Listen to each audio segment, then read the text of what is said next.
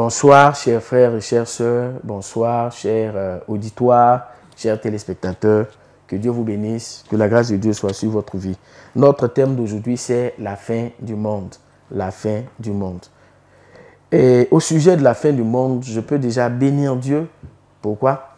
Parce que tout le monde, presque, la science et les religions s'accordent au sujet de la fin du monde. Je veux dire que la science elle-même reconnaît qu'il y aura bien une fin de notre monde. La plupart des religions s'accordent aussi à dire qu'il y aura bel et bien une fin du monde.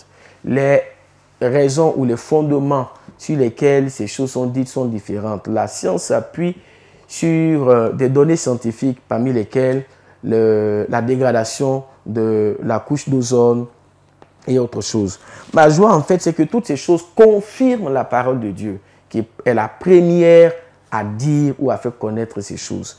Tout ce que la science finit par, tout ce à quoi, disons, la science finit par aboutir, c'est simplement de confirmer la véracité de la parole de Dieu. Alléluia. L'islam, comme à l'instar de toutes les religions révélées, ont traité de la question de la fin du monde.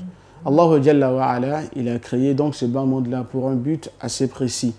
Il a créé le monde, ce bas monde-là, afin que ce monde soit pour nous un lieu d'examen, un lieu d'action. Et le jour de la résurrection sera pour nous le lieu de la récompense. Mais entre ce bas monde-là et le jour et l'au-delà, il y a une barrière. Et pour qu'on puisse arriver, bien entendu, donc à l'au-delà, il faudrait bien entendu que ce monde-là finisse. Et l'islam a traité en détail la question liée à la fin du monde.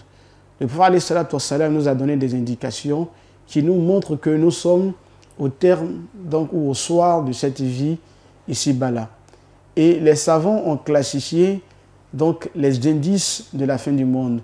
C'est qu'ils ont appelé alamat as-sa'a al-kubra et alamat as-sa'a as-sughra. Les signes, les grands signes de la fin du monde et les petits signes de la fin du monde. Aujourd'hui, nous devons entendre qu'il y a des choses qui doivent nous arriver sur cette terre. Et la Bible nous parle vraiment de la fin du monde. Et Dieu nous aime. Et Dieu veut toujours nous rappeler qu'il reviendra bientôt. Et quand on parle de fin du monde, c'est qu'il y a un commencement et il y a une fin.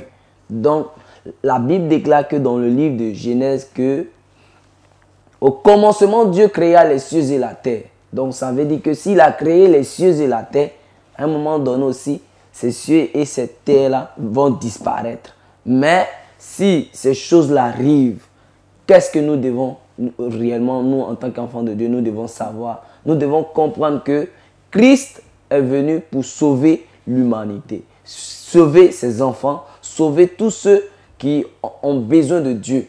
Alors, quand la fin du monde viendra, bien-aimés, nous devons comprendre que vraiment, que Dieu n'a jamais tracé un plan pour détruire ses enfants, mais il a tracé un bon plan pour ses enfants. Ces choses viendront, mais nous ne devons pas avoir peur.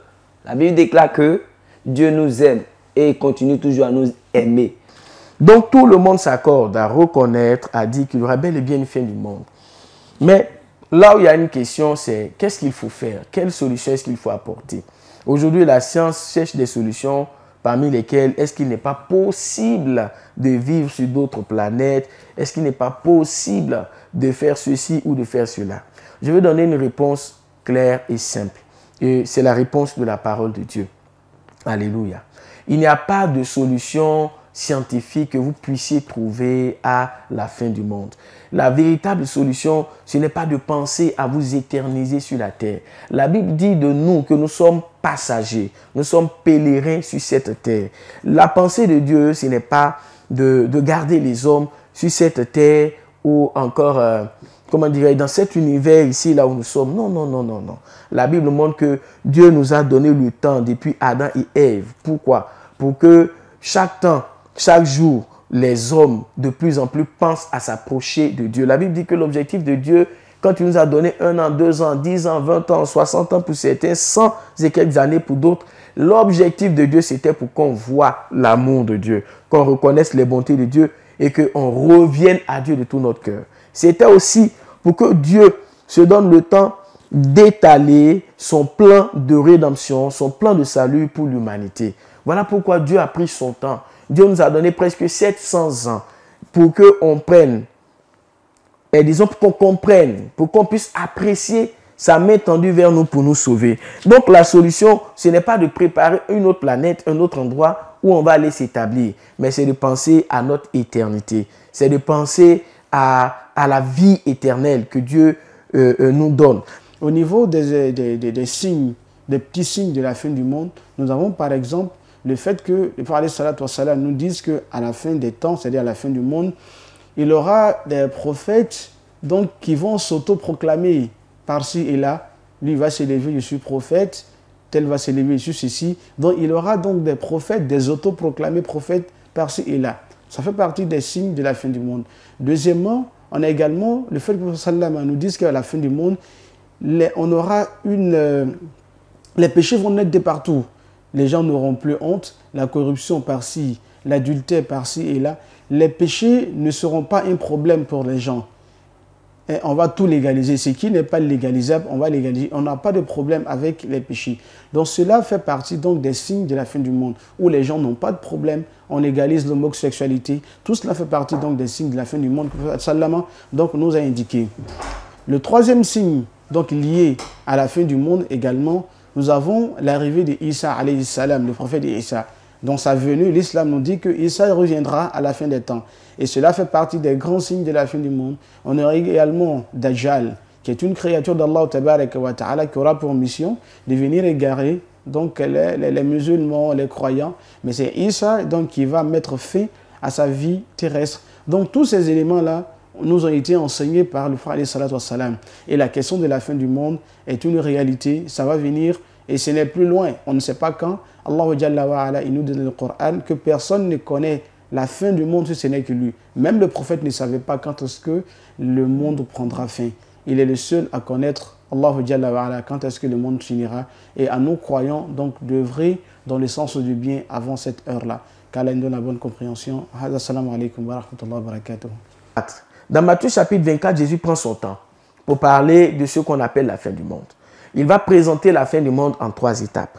Il y a une première étape qui concerne la manifestation des signes, les signes annonciateurs de cette fin, jusqu'à ce que arrive ce que la Bible appelle l'enlèvement.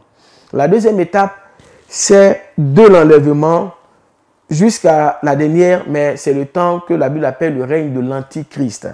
Quand Dieu parle de la fin du monde, c'est de tout ça. C'est tout ça qui concerne la fin du monde devant le Seigneur. Et la dernière étape, c'est ce que beaucoup appellent Armageddon. C'est la destruction du monde elle-même. C'est une guerre qui vient après. Alléluia. Beaucoup pensent que cette guerre-là, ce serait une 3e guerre mondiale.